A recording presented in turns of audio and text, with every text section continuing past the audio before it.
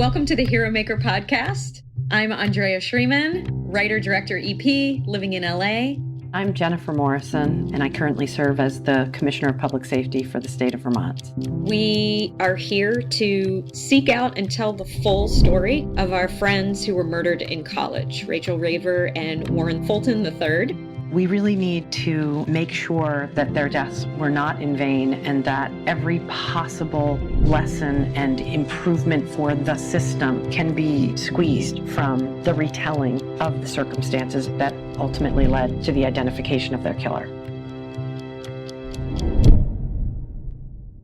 Hello, Jennifer. Hello, Andrea. How are you? I'm good. I see your beautiful day in the background. I know you have a lot of festivities coming up today.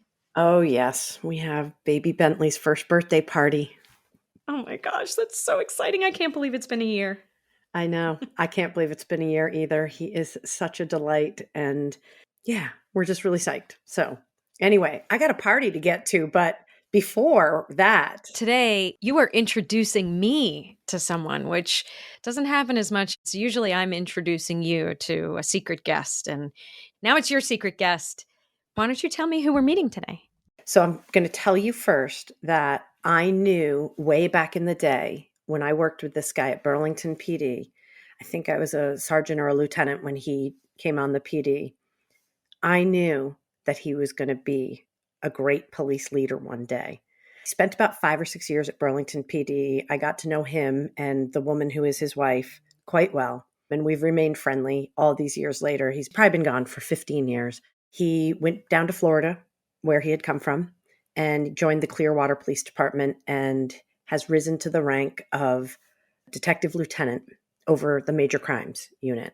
And I'm super proud of him, his hard work, his intellect. These are all things that were on display in his early days in Burlington. And it was always a pleasure to work a shift where Mike Hasty was on my team. I thought he would have a really great current perspective on how these investigations go so that we can compare and contrast to the way Rachel and Warren's case went or any other dirt roads that we like to go on this Hero Maker journey. So I brought you Detective Lieutenant Michael Hasty from the Major Crimes Unit of the Clearwater Police Department. Wow. I can't wait to meet him and hear about the good work that he's done. Thank you so much, Jennifer. You're welcome. And here we go. This is Detective Lieutenant Mike Hasty of the Clearwater Police Department.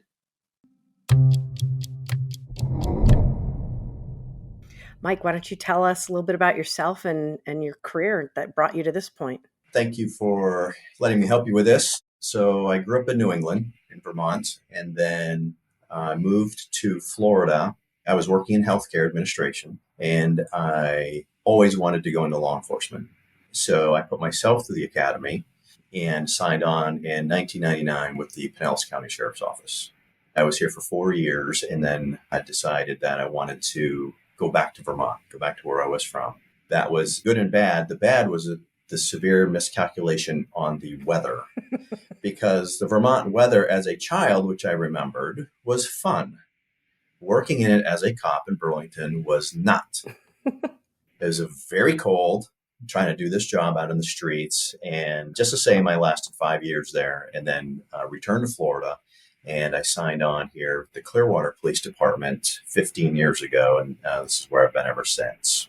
Jen described that you are now overseeing a large department that includes cold case, I believe, but in Vermont. And then when you were working the beat, you were working as a homicide investigator? Yeah, so here at this agency, I competed for an open spot in the homicide unit and got it straight from the patrol division. Most of the time, you don't go straight to homicide. You go to other detective units and then move towards homicide. So I got lucky and went to homicide in 2012 and was a detective for 6 years in that unit.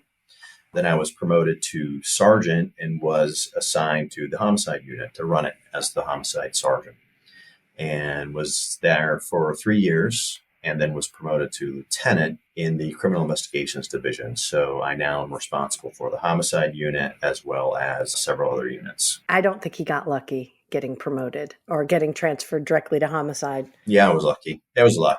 I think there was a lot more than luck happening there. Because you've worked with him before. Yeah, I've worked with him and I know how good he is. I know how diligent and dedicated he is. And I don't think that was luck, but you can tell it your way and I'll tell it All mine. right, we'll save that for another podcast. The Luck podcast. We'll debate that. Is it luck? Yeah. That's actually a question I have, but I think I picked up this cold case thing because I looked at some of the information about you out in the interwebs, and you did participate in solving some cold cases somewhere along the line. That's where I picked that up, right? Yep. So some agencies are big enough where they have detectives that are specifically 100% of the time, they only work cold cases or unsolved cases, whatever you want to call them.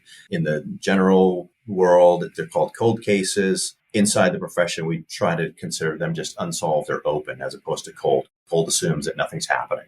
So it's just an open and unsolved case. This agency, when I went to the homicide unit, the sergeant at the time, who was my first sergeant, had been a prior homicide detective in the unit. And he had always said to himself, if I ever had an opportunity to get those old cases out of the closet and we start working them like we should be, then I'm going to do it. And he had that opportunity. And so I was in his unit at the time, and that's what we did. We never had downtime. You were never in the middle of waiting for the next homicide to happen because we had all of these unsolved cases that we worked. So we split them up and we focused on the ones that had highest solvability factors.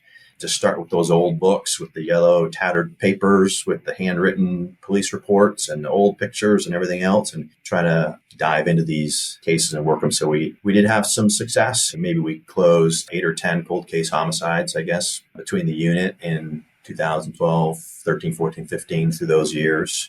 There are some cases where there just isn't anything that you can do, and that's frustrating. But the ones that still have some meat on the bones, those are the ones that we like to go after, and we did. So that must be a bit of a study in contrasts, opening up a unsolved case, the boxes of evidence, the paper files, really going through the materials from those unsolved cases from 30 or more years ago and comparing that to what the contents of a homicide that happened right now tonight, what that case file would be like. I wonder if you could just draw a bit of a word picture for our listeners about the differences of what you were sifting through in those old cases versus how it goes now. That's really it. The older the case, the further back in time you go, the further back in methods that you go. The reports were handwritten, and they were written in a different style than what we write now. Because they're handwritten, my personal opinion is that it's likely that those reports were more abbreviated than the reports that we would write now. As a result, you would have to sort of read between the lines a little bit of what they were trying to accomplish in those handwritten reports and try and understand what maybe the detective's investigative theory was in the case. The photo documentation today, high speed, high def, digital photo documentation and all that. We've got cases with Polaroids. So those are a couple of differences. Evidence, packaging, we've got cases, 78 case where a knife was involved. We have the knife, still have it to this day. At the time in 1978, it was packaged in plastic. You can actually see what would be blood staining on the knife, but of course the DNA is completely degraded because of the packaging, of which in 1978 there was no way to anticipate that they should do something different. Those are just some of the examples. Witnesses are deceased or sick or moved way out of the area. We have no idea where they are. Have to kind of track them down. I've traveled around the country on these cases, as opposed to a case now. You automatically go after video evidence, license plate readers, digital forensics, cell towers, all this kind of stuff. All the databases that are available to us, you go right after those and start sending off subpoenas immediately for IP addresses and all this kind of stuff. So different than and now for sure. You know, just the pictures alone, and I've seen a few of these Polaroids and the stills, and you might not even have the negatives anymore. They might be long gone. If you see something in today in a digital image, you can in real time zoom in on it. Yes, right. Because it's so high res. You're like, oh, what is that? Looks weird by the back tire, right? And you zoom right in. You don't have any of that with the old pictures. What you get is what you get, and there's really no way to enhance it. That's it. You really have to rely on the picture stands alone as its own representation. That's it. You're not going to manipulate it at all. You're not going to blow it up. You're not going to zoom in. None of that stuff. And you hope that the person who took the picture took all the pictures that they should have, as close as they should have, or as far back as they should have. And you just can only work with what you got. Mike, I have a question. Okay. We have all this new technology, right? But nationally, the percentage of homicides that are solved has gone down since the 70s. And we're under about 50% for the entire country. What do you think contributes, even though we have this great technology, what contributes to not being able to solve as many homicides as we did 50 years ago? Without seeing the specific same study that you're referring to, whatever that is, there could be many variables to that. Do you agree that as time goes on, violence in our country is increasing? So maybe we're having more homicides than we did before. So there are more cases to work.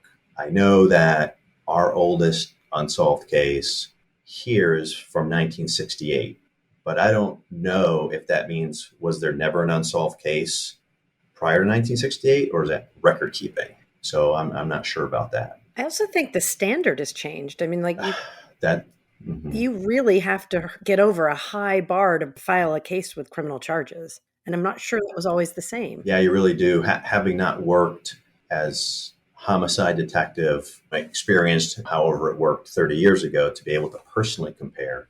But I think Miranda might have had something to do with it. Yeah, I don't know. It could be so. That's a variable also to be considered. So, we work very closely with prosecutors, and they're the ones that have to make a filing decision. They're the ones that have to try the case in court, and they're the ones that have to be comfortable that they would prevail. After working the case or getting called out in the middle of the night, working the case for 3 days straight, whatever it is, and continuing to work, and you get where you think it is, where it needs to be, and the prosecutors may disagree. And so we may think it's a great case, but we also have to consider the lens that they're looking through as well to make that decision, like what you said. That's a variable as well. The prosecutorial decision to file on a case may be different than it used to be.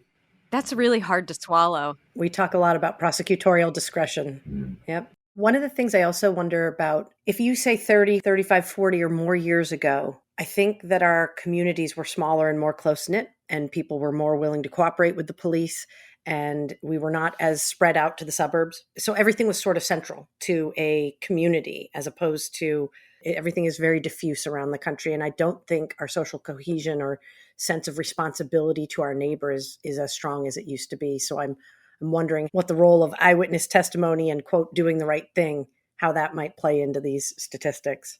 Yeah, it may as well. And in addition to the things that you mentioned, we're also, I think, much more transient than we used to be. People are coming into an area, leaving an area. The ability to do so is much easier now than it once was. So that's an additional challenge to these kinds of cases. For sure. What's your favorite part about this job? Which job? The law enforcement or investigating major crimes, or which part are you talking about? I think investigating major crimes, homicides in particular. I love the interview. My favorite part is the interview. Yeah, say more about that. Let's hear about your experience of the interview. With our investigations now, some of the things that I mentioned, technology-based, it could be easy for a newer homicide detective to rely heavily on technology to bring a case to closure. But just as important, and maybe sometimes what could be lost, is the ability to just go out and find people, track them down, and talk to them. Look them in the eye and talk to them about the case. I enjoy that. I like that part of it. I think that's important. You can really get closer to the case that way by getting closer to the people.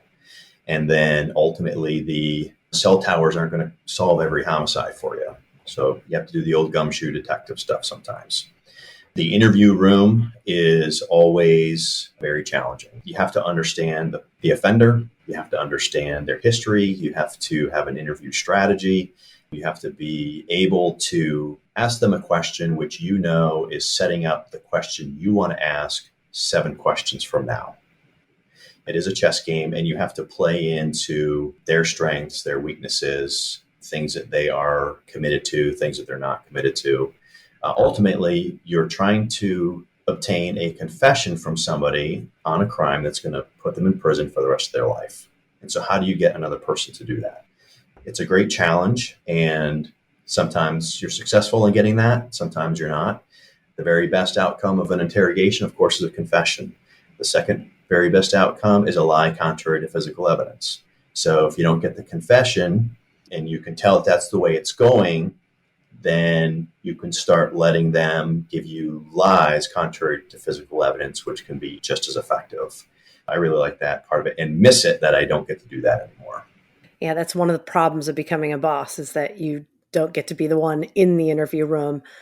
Obviously, everybody wanted to get a confession if the person was guilty. That's the goal. But it was also, to a lesser degree, satisfying to get admissions that did not constitute a full confession, Yeah. but where they made admissions that corroborated pieces of what you already knew, either through evidence or through other witnesses or through the victim, that help you build that foundation. And, the further you get into the story, the bigger a foundation you need until you get to that tip top, which is the whole enchilada, the confession. Yep. That's right. So that's what I miss. Do you find that people who show up and want to do the job of a detective have that skill already? Like that's something innate, or is that something that can be taught? And how do you teach it? Both. Really, where you start to learn how to talk to people is in the patrol division. And it doesn't matter what kind of case it is. My advice that I give to young officers, patrol officers, especially those aspiring to become investigators in the detective division, is a couple things. They have to do things the right way, the same way every time.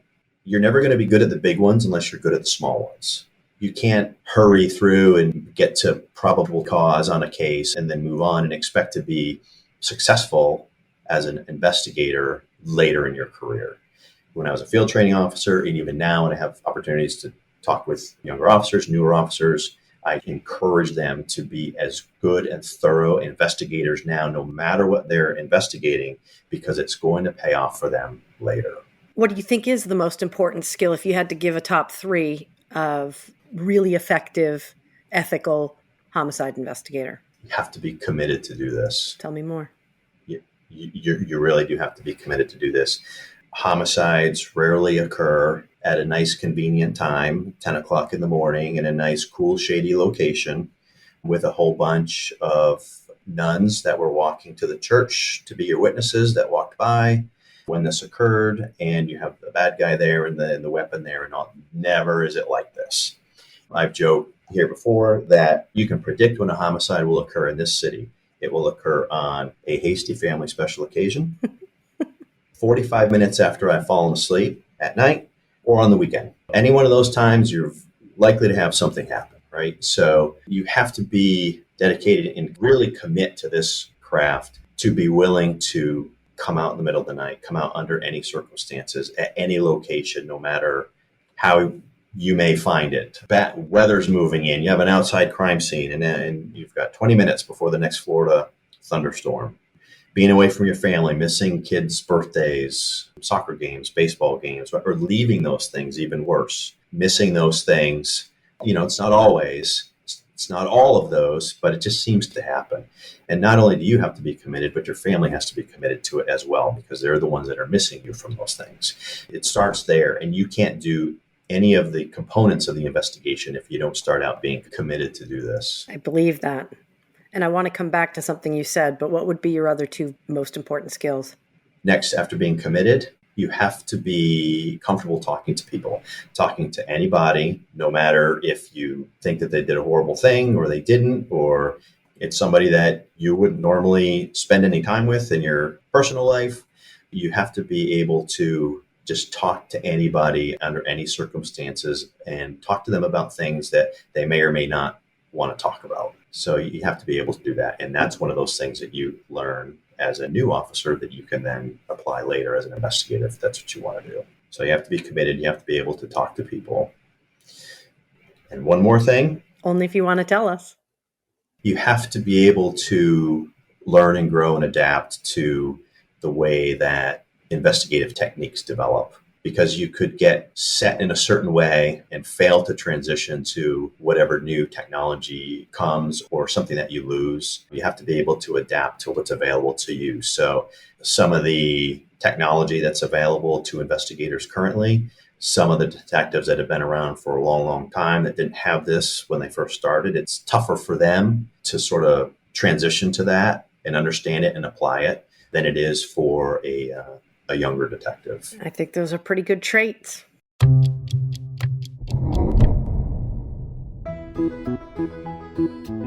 The Williamson County Cultural Arts Commission of Franklin, Tennessee wishes to thank our men and women in blue who help us deliver safe and fun family and community cultural events year-round, including one of the only authentic bluegrass festivals in the country. Bluegrass Along the Harpeth takes place every July and at the Williamson County Fair in August and at the annual Tennessee International Independent Film Festival. Check out our full calendar of events at wccac-tn.org.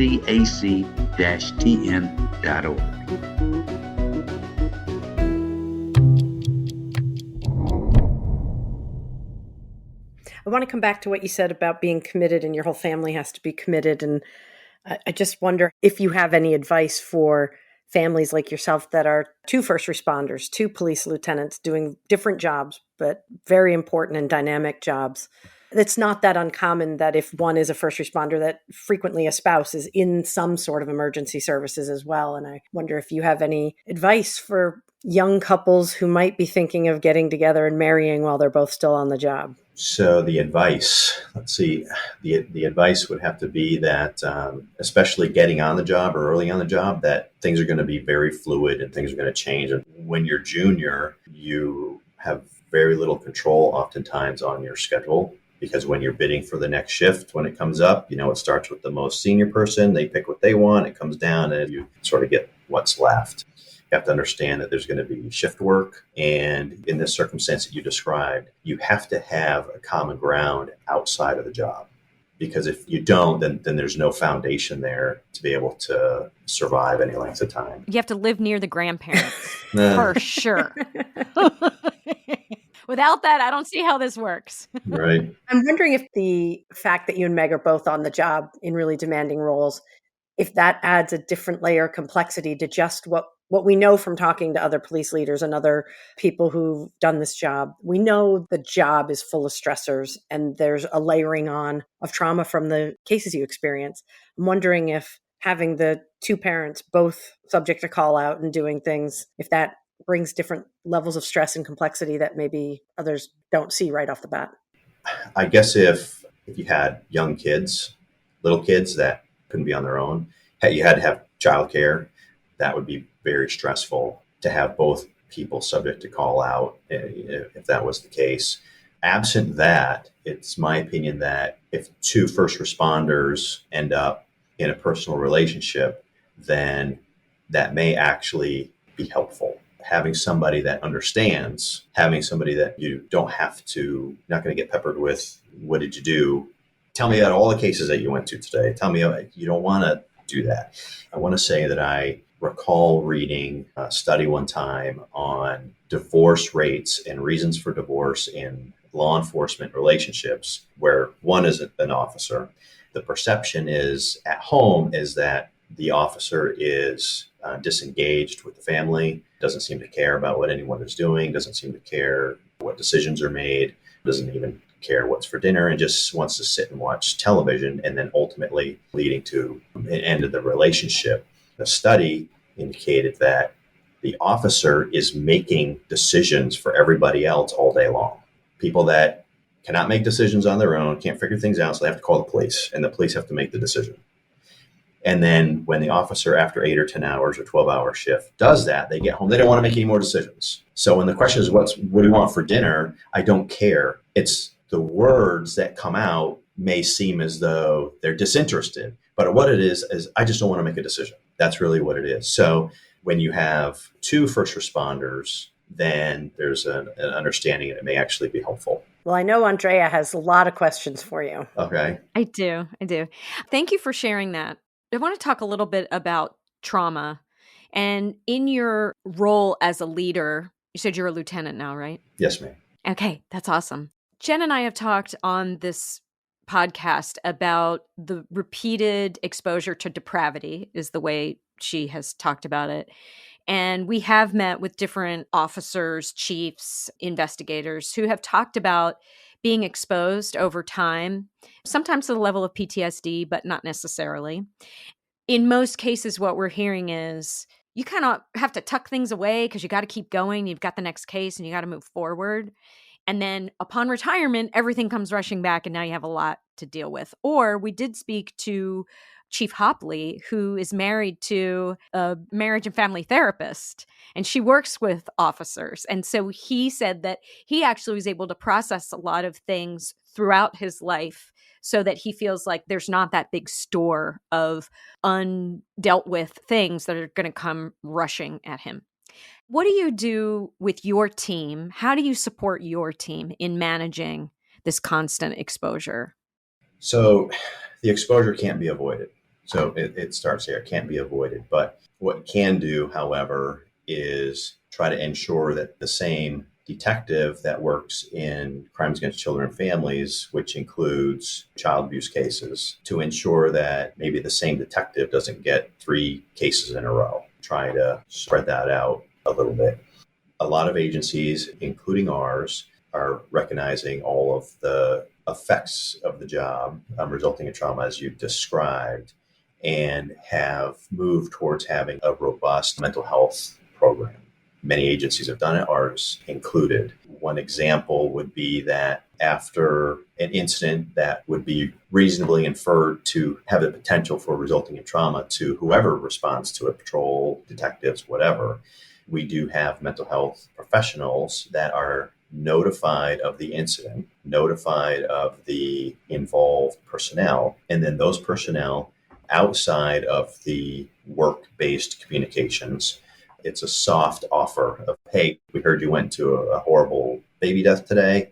If you feel like you would like to talk to someone in the office, just let us know. And then if you don't respond to that, that's okay. But the offer was there. And that's been going on for quite some time now.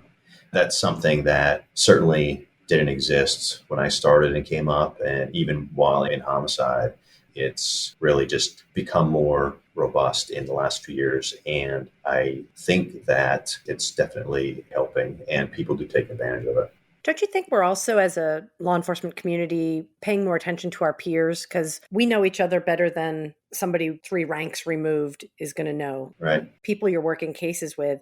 And I feel like now and towards the end of my career, we were much more willing to say to a peer, I think you need to get help. You are a dark storm cloud. Like talking about it, we're more open about it than at the beginning of your career, I would guess. Yeah, I think you're right. Probably both seeing that sort of thing in our respective agencies. Yeah. Yeah, I think that we've kind of, to some degree, destigmatized the thought of a police officer saying, I can't process all this on my own. I need some tools to help process this. I hope we've done that. Yeah, I think that recognizing the need was the first thing, and then implementing programs and tools after the fact is where we're at now. Really, as a profession, I think nationwide. Yeah. There's something I would love to ask you about, and I'm just going to put a broad heading over it and call it serendipity. All of a sudden, like a lucky break happens. Something over in the corner pops up, and all of a sudden the synapses start to connect and you get to move forward in the case. To me, that reminds me of creativity, because that's what I do, right? Where you have all these things that feel like separate pieces, and then these explosions of, I want to call it magic, but like serendipity happen and things start to connect. Have you noticed that? And do you have any stories about that from your investigative life?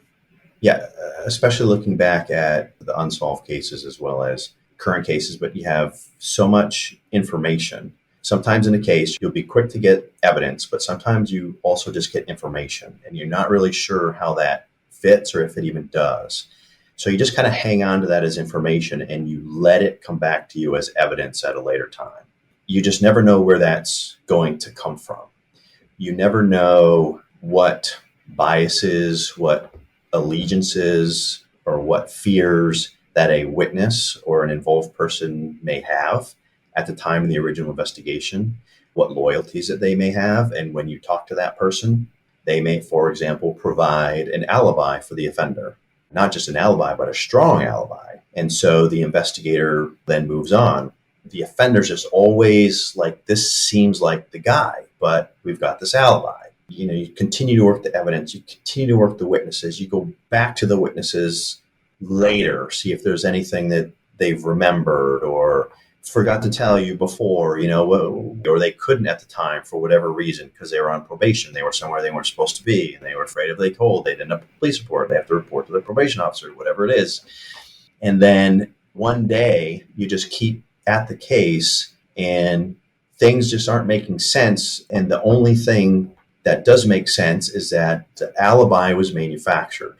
When a man named William Williams was murdered here during a robbery at a hotel in 2006, the offender's girlfriend provided the offender an alibi. And this was the guy, but the alibi was reasonable. And so you move on, but you always keep this piece of information out there and let it come back to you as evidence at a later time. Very long story short, then ultimately I ended up with this as an unsolved case, and a man named Kenneth Missy I ultimately obtained an arrest warrant for, and he was tried and convicted and spending the rest of his life in prison in Florida. To your point, these cases, so the detective is absorbing all of this information and trying to give weight. You have to give weight to the information, to the witnesses, to the evidence, and you just sort of keep rehashing these pieces in your mind. And then sometimes that's exactly as you described, something clicks all of a sudden. And you may even be home and you jump in the car and head to the office. That person said something that, now that I think of it, doesn't match up with this thing over here. And I got to look at that right now. And sometimes that's just what it takes and what happens. Is all of this information bouncing around, and eventually it just falls into place. I mean, we're human trying to figure this stuff out. Got a lot of stuff coming at you, and people lie. Evidence doesn't lie, but people lie. Hey, people lie to the police? They do. It's weird. I think it's new. Nope. So even though the evidence doesn't lie, the evidence has to be understood and interpreted. So sometimes you may go down a road, you realize that just one day you realize that you took a wrong turn and you back up and start over again, and there it is. Those sort of aha moments do sometimes occur in cases that you've been working for a while. I think your point about the information overload is a really valid one. And it's also a contrast to the yesteryear cases versus today's cases. But we not only have so much information and so many images you've seen, whether that's at the crime scene or because we can take digital photos now, instead of there being 10 or 20 photos with a case, there's hundreds of photos with a case. Yeah. And your brain can only process and store so much at a time. And you are not only being overwhelmed by stimuli from that particular case, but the world we live in is throwing stimulus at you constantly. What you're listening to in the car, what you're hearing on the home front. And now I got to do electronic banking and I'm being subjected to news sources and things. So I think that information overload is a super valid part of this. And you're right. Sometimes the information and the evidence have to collide together on just the right track to get you to advance the ball down the field and keep making progress. But sometimes it just has to percolate until you can get the nugget that you need. Yep, that's right. That's right. I have a really simple one. Do you have any particularly favorite wins? Like, yes, we solved that one, or yes, we got that confession. The one I just mentioned, actually, the 2006 case. There's been others, and there's one close behind. But that one right there, that guy was just working a hotel security gig in retirement for a couple bucks and wasn't even supposed to be working that night. He covered for another guy, and he was down the hall and heard a commotion in the lobby, which was a robbery, and walked in. There's some video of it, but it looks like the bad guy was surprised by someone in uniform and just shot him. That one went unsolved for a little bit. That was a good one. That's the first case that I think of, ones that mean the most, to be able to do that for his wife. Yeah, that closure. I mean, do you find that that's something important for most of your victims' families? Oh, sure. For all of them. Yeah, for all of them. To be able to tell them, we got him, whether it's that night or a year later or whenever it is. The arrest is, prosecution comes later and outcomes vary. But when they learn of the arrest, I think that looking through their eyes, that's something that means a lot to them. So that keeps us going. It does. It's fuel. Yeah, that was one of the things in the case of our friends that was so frustrating, because we went 17 years, Andrea, before the first link to another case came up, and then another 5 years, something like that, until the identity of the killer. 12 and 17. Yeah, 12 years and then 17 years. Yeah. It just was the not knowing, no closure, no satisfaction at all. If you or someone you know is connected either personally or as the result of violent crime to Alfredo Prieto, a convicted rapist and killer who lived in and around San Bernardino, California, Arlington, Virginia, and Jamaica, Queens, New York between the years of 1984 and 1990, we'd like to hear from you. Please email us at info@theheromakerpodcast.com. What's the most frustrating part of your job? And you can answer honestly because your bosses won't listen, I promise. The most frustrating thing. I think Mike is now trying to find the fourth most frustrating, because I imagine like the first Can't couple say already that went one. through his head. I would say that one. Full filter is being applied right now, right? So, What is one of the most frustrating things about your job?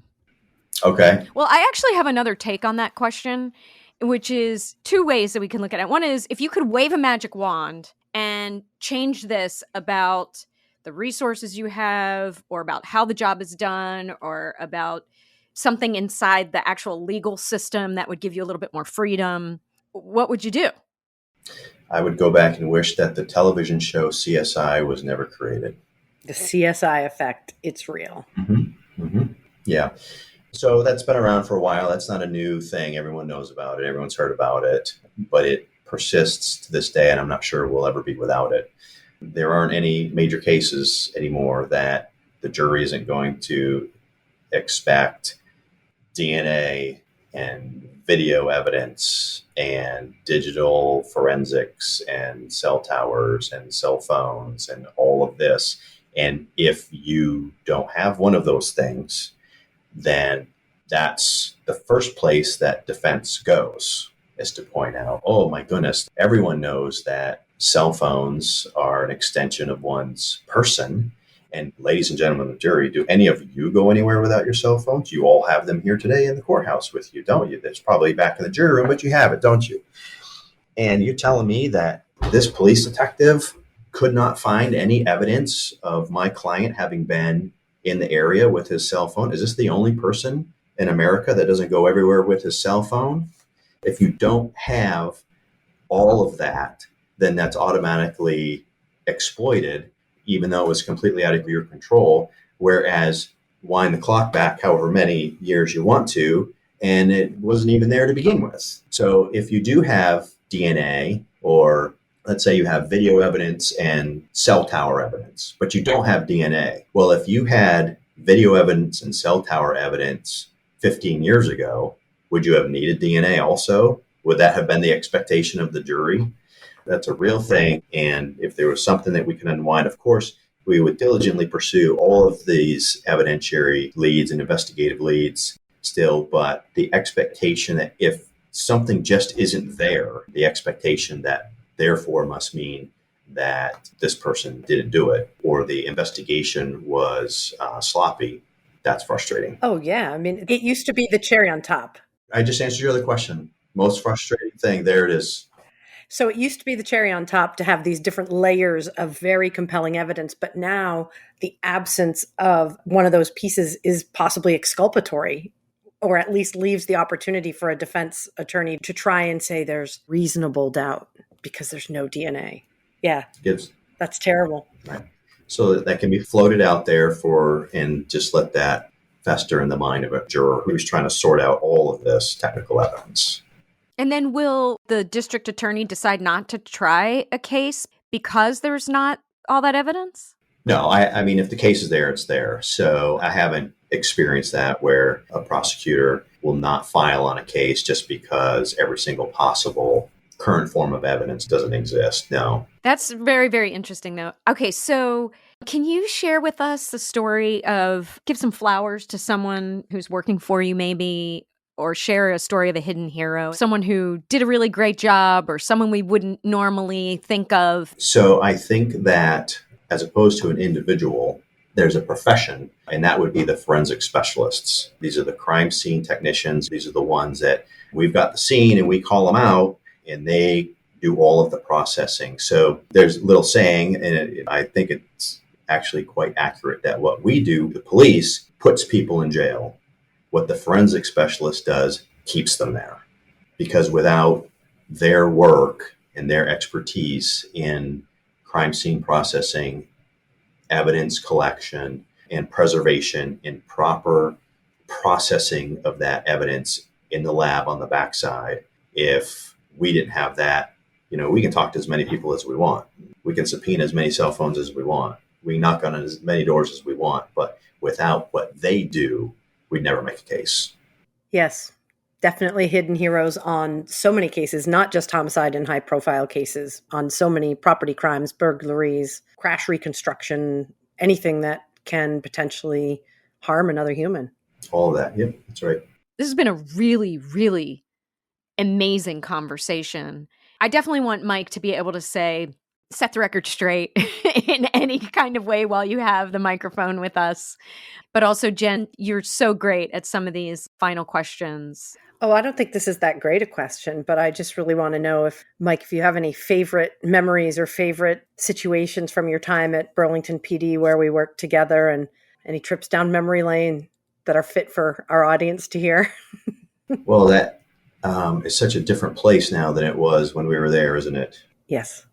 It was very interesting to me. And I think what I look back, about that agency is that having worked here in Florida first and then gone there and seen really a different criminal activity, different policing, different response, entirely different environment. I think that gives someone the benefit of perspective when they work in different parts of the country like that. I remember that about Burlington. And I remember riding on your jet skis also. I remember that. And standing perimeter on really cold sub-zero days. Super cold. I remember having one of the first tasers. Remember when Burlington was back when they were just being tested. Yep. And the agency bought 5. And I had one of the first ones. Yep. So I remember that too now that I think about it. Well, I don't feel like it was a long time ago, but when I hear you say the number of years, It was a really long time ago. Yes. I think that was 2002. Been a while. Well, I'm super proud of everything you've done in your career. I've been delighted to be able to watch from afar as you have relocated and continued to do outstanding work, and watching you and Meg work towards your goals, knowing how skilled and smart and committed you guys are. It's been a thrill for me to watch you guys. You're making me blush. It's true. Thank you. Well, it's been so good to catch up with you a little bit. Indeed. After all this. Will you sign us off like this, Mike? Will you tell us what those 2 beautiful things on the wall are? Oh, so the bottom shadow box is my patch and collar brass and star from the sheriff's office from when I started there. The one above it, the bigger one, that is my great-grandfather's shoulder patches, the flag, the agency patch, and his badge and his nightstick and his FOP card from the Kennebec County Sheriff's Office in Maine. He was born in 1893 and was a farmer. And then a little later in life inside, he became a part-time deputy, worked the dances at the Grange Hall. My great-grandmother could have given those things to anybody in the family, but gave them to me. So in the middle on the top is a picture of him standing and he's waving. So it looks like he's directing traffic, probably at the county fair, which was on his property, on his farm. That's what that is. And then I'll show you. Jen will recognize this if I can move my cameras. I don't know if you can see that or not. But that's the old Burlington patch. Burlington, yep. Yep. Remember the picture, what was it, the 140th anniversary of the agency, I think? And we had check that picture under the band shell in Battery Park. That's what's on the bottom. Yes, we did. And then on either side of the patch at the top are 2 badges. One is badge number 255 and one is badge number 270. Those were his and Meg's badge numbers at Burlington PD. Wow. Yep. Beautiful. Indeed. Is there anyone else in your family? I love that story about your great-grandfather. My brother is a deputy sheriff in Davis County, Utah. But that's it. That's awesome. Mm-hmm. Wow. So It skipped a few It generations. did. Yep. Hey, one last question. Would you encourage Caleb to be a police officer? Well, I would encourage him to do what he wants, but policing has become so different than when we started. It's got a whole lot of new challenges that we didn't have to experience coming up. We have tremendous support, I think, throughout the country and in our community here, and the anti-law enforcement, anti-police voices. I think they're fewer, that maybe they're just louder.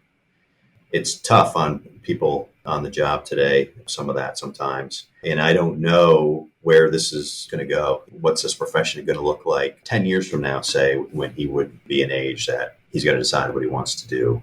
It has been, a very rewarding career for me. And if it's something that he wanted to do, that'd be great. And we would support it.